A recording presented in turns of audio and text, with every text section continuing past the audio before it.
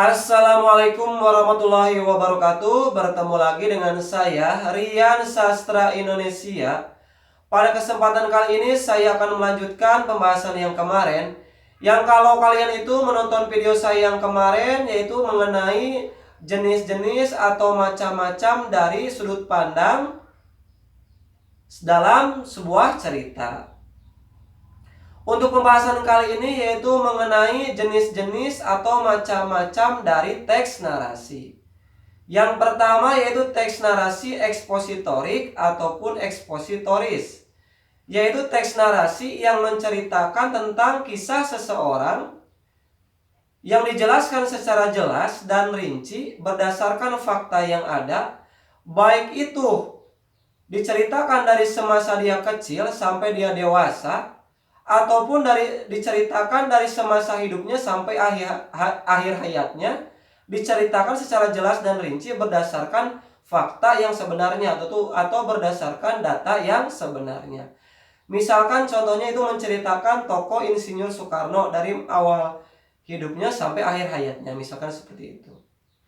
Yang kedua yaitu teks narasi informatif, yaitu teks narasi yang menceritakan atau yang tujuan ceritanya menceritakan suatu hal kepada pembaca, sehingga si pembacanya itu nantinya menambah wawasan ataupun pengetahuan yang dijelaskan secara jelas dan rinci berdasarkan fakta yang sebenarnya oleh si penulis.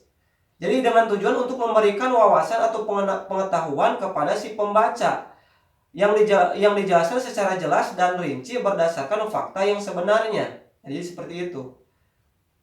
Misalkan contohnya seperti ini, terjadi suatu peristiwa di suatu daerah, misalkan terjadi bencana gunung meletus. Diceritakannya itu secara jelas dan rinci berdasarkan fakta yang sebenarnya. Yang ketiga yaitu teks narasi sugestif, yaitu teks narasi yang ceritanya atau diceritakan atau ceritanya itu dibuat berdasarkan imajinasi atau hayalan si penulis dengan tujuan untuk memberikan pesan atau amanat kepada si pembaca. Jadi seperti itu.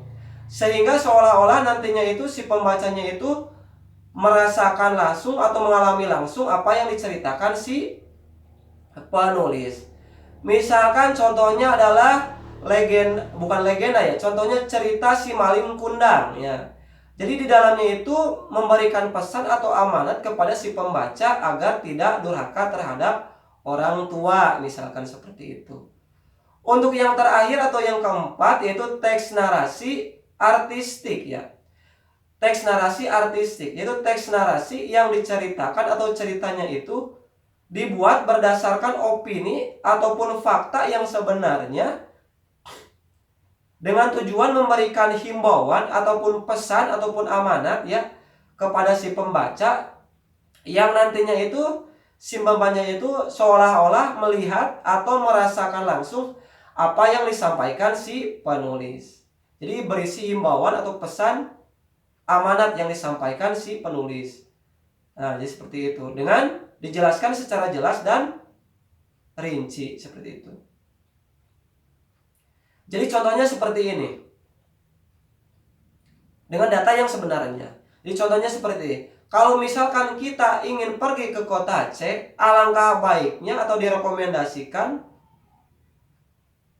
pergi dulu ke kota A, langsung ke kota B lewat jalan A, lewat ke jalan B, misalkan seperti itu. Karena selain memangkas waktu yang sangat singkat, juga dengan kondisi jalan yang sangat sepi karena berada di suatu perkampungan misalkan. Jadi seperti itu. Jadi memberikan himbauan ataupun ajakan ataupun memberikan pesan ataupun amanat ya kepada si pembaca berdasarkan fakta yang ada.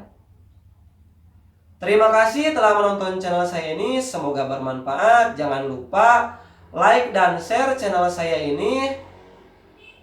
Saya akhiri, semoga untuk pembelajaran selanjutnya nanti saya akan cantumkan linknya di deskripsi ya, di bawah di sini.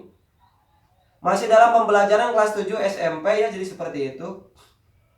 Terima kasih, jangan lupa like dan subscribe channel saya ini untuk memotivasi saya membuat konten-konten pembelajaran lainnya, khususnya pembelajaran kali ini yaitu pembelajaran kelas 7 SMP.